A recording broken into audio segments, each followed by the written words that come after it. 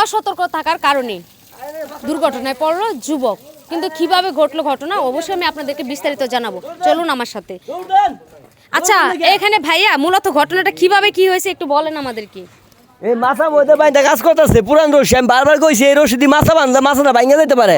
Helper একটা নিচে হয়েছে মনে করেন যে বলতে বলত এই পুরান রশি দিয়ে কাজ করছে বান্ধার পরে বুঝছেন কোন দিয়েছে মতো ভালো মারো ভাঙ্গা পড়ে গেছে ইটা মিটা নিয়ে একবারে ডাইরেক্ট পড়ে গেছে। ওনার পরিবারের কাউকে কি খবর দেওয়া হয়েছে? পরিবারে কারে খবর দি মন খবর দিলে তো পাগল হয়ে আয় পড়বো, কথা বুঝেন নাই? আচ্ছা হসপিটালে নেওয়ার ব্যবস্থা কি করছেন? হসপিটালে নিয়ে যান না, গাড়ি ফোন দিছি, গাড়ি আইলে অটো আইলে নিয়ে যাম গাউন হসপিটালে। এইভাবে কাজ করতে বারবার মানা করছি যে এইভাবে কাজ করো না, রিস্ক নিয়ে কাজ করো না, সেফটি বেল্ট থাকা দরকার না, ভালো একটা রশি দিয়ে মাছ ধরো না একটু।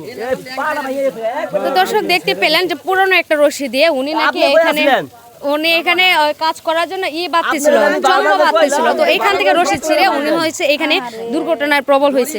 যাই হোক এখন একটু আরেকটু কথা বলার চেষ্টা করো, এই যে পিছনে চাচা আছে ওনার সাথে দেখি, আন্টি একটু সাইড দেন। আচ্ছা এই যে একটা ঘটনা ঘটলো, হ্যাঁ এখন আপনার মতে কি মনে হয় লোকটা কি বাঁচবে নাকি?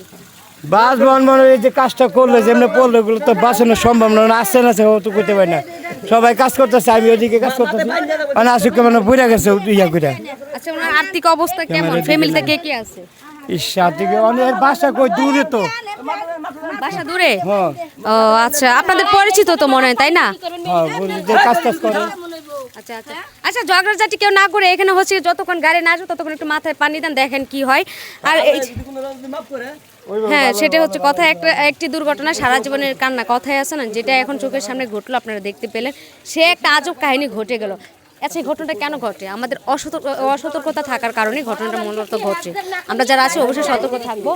এখন আমরা একটু চলে যাব ওই যে ইয়ার কাছে। আচ্ছা ভাইয়া আমি আবারও আপনার কাছে ফিরে এলাম যে এর জন্য যে ওনার ফ্যামিলিতে কে কি আছে? এর ফ্যামিলির ভিতরে এর বউ আছে, আর কেউ নাই? এর বাড়ি হয়েছে ময়মনসিংহ, এই এলাকায় রুম ভাড়া নিয়ে থাকে আর রাজমিস্ত্রি কাজ করে। আচ্ছা কই যাবো, বউ তো গার্মেন্টসে চাকরি করে, বাসায় তো কেউই নাই।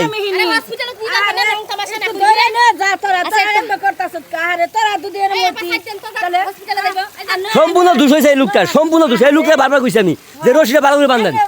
আচ্ছা আপনি তো যেহেতু এখানে রশিটা বাঁধছেন আপনি তো ভালো করে জানতেন যে রশিটা এখানে নরম, জানার পরে কেন এখানে রশিটা বাঁধতে গেলেন?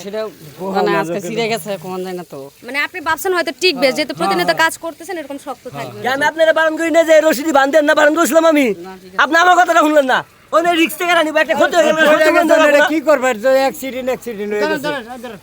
আপনারা এরকম কাজ করবেন আর আঙ্গুরে জ্বালা হইব, বুঝছেন? আচ্ছা আচ্ছা একটু দাঁড়ান, আমরা একটু তথ্য নিব আপনাদের কাছ থেকে। আমি তো গাড়ি আসতে যেহেতু একটু সময় আছে, একটু এখানে দাঁড়ান। এখন কথা হচ্ছে ভাই দুর্ঘটনা আসলে কথা হচ্ছে কিছু কিছু ক্ষেত্রে আমরা বিপদে পড়ি আমাদের নিজের কাজের জন্য, আবার কিছু কিছু ক্ষেত্রে আবার আমরা ভুল হয়ে যায় যেটা আমাদের তকদিরে থাকে ওরকম আর কি। তো যাই হোক আমরা যারা আছি অবশ্যই সতর্ক অনুযায়ী কাজ করো, যাতে আমাদের আশেপাশে নিজের দুর্ঘটনা নিজেকে না টানতে হয়। নিজেরা ভালো থাকবো, অন্যদেরকে ভালো রাখার চেষ্টা করবো। ধন্যবাদ সবাইকে।